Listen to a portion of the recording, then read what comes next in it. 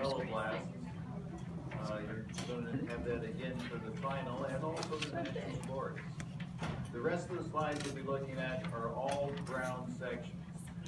Now, take caution with those. If you go up to the high dry, be very careful because some of these are rather thick and they may be too thick to use the high dry. So examine the slide, and if it looks like it's too thick over the cover glass, don't use the high dry.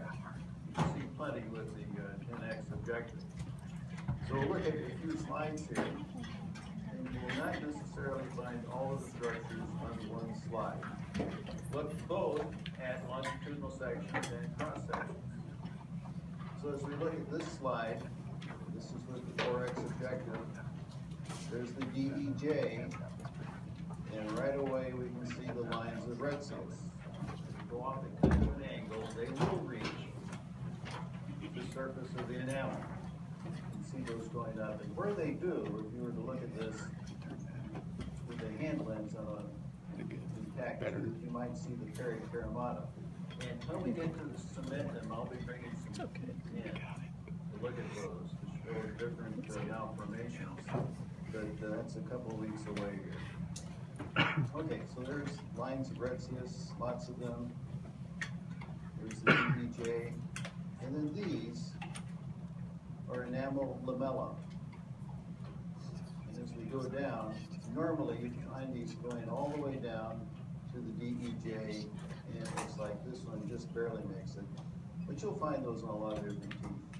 Now, I don't know if you can see it on the computer screen.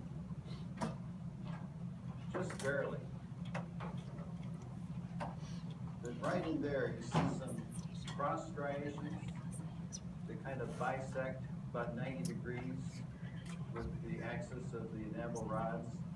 Those are the enamel stria or striations. So they're going more or less in this direction. The enamel rods are going in this direction. And we'll try to find some enamel rods in cross section. Okay, well, let's see. There's a little attrition. I don't see any other structures on this particular slide. Well, as we go down here,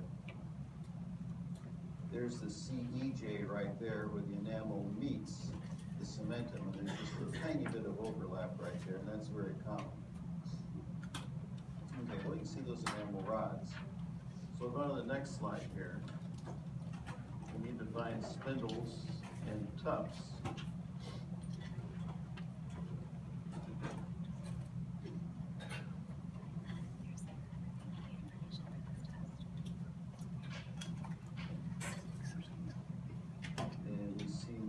Lamella. Lines of Retzius don't show up quite as well on this slide.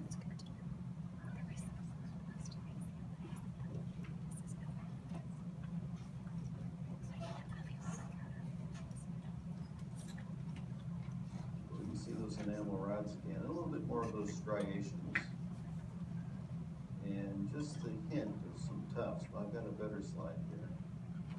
There are those enamel rods. And as you get up into the cusp of some of these teeth, especially if it's a molar, you'll see some gnarled enamel. Just a hint of that right here, where you see that the enamel rods kind of change their directions, kind of overlap and kind of get entwined around one another. Let's go on to the next slide.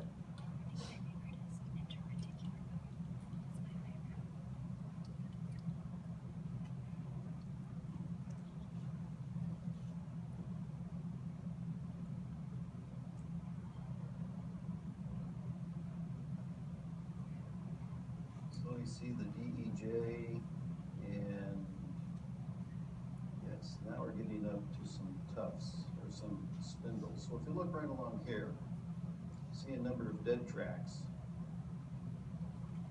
And these structures that kind of stick up like fingers, that's an enamel spindle.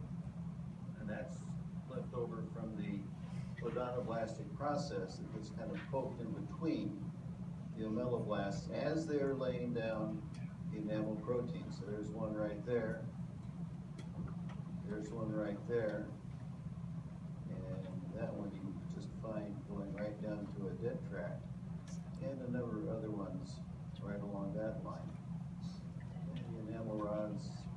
striations, and there's the lines of retzius there. A lot of spindles along that line. And there's another enamel lamella.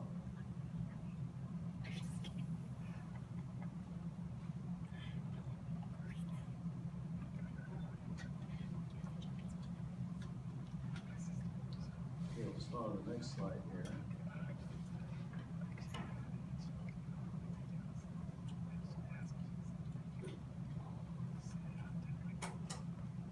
And this is a cross section, and right in here we see a number of enamel tufts. And these look for all the world like little tufts of grass or hair that get pulled up from the DEJ. So a number of enamel tufts. Very classic one right there. This is showing up on national boards before. Enamel tufts, spindles, and also lamella. We've got those structures. There's the DEJ. You see its scalloped appearance. Enamel lamella, and quite a bit in the way of interglobular dentin in this slide.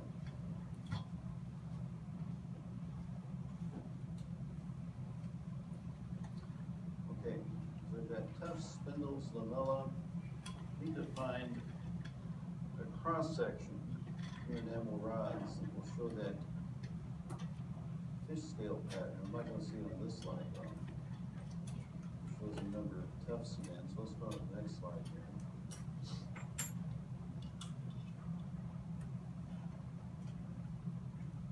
This is a thicker slide, and as we look through here,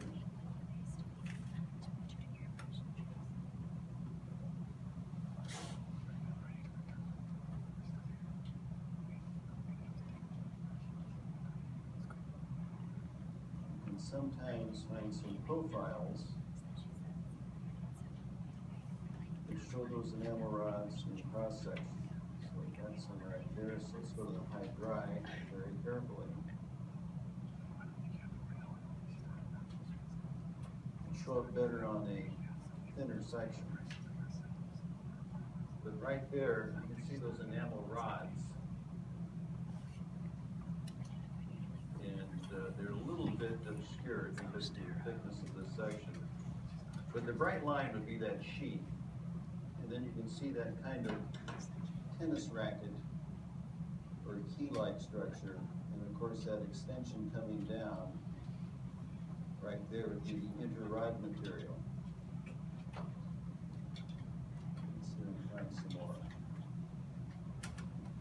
Perhaps right in here, the rod would be the dark portion surrounded by that bright sheath. And then you can see on some of these sections that extension of the interrod material. In longitudinal section, you can see the interrod material as well. And here we see those striations again. So let's go ahead and get started on that. And then you guys, I won't see you on Thursday, is that right?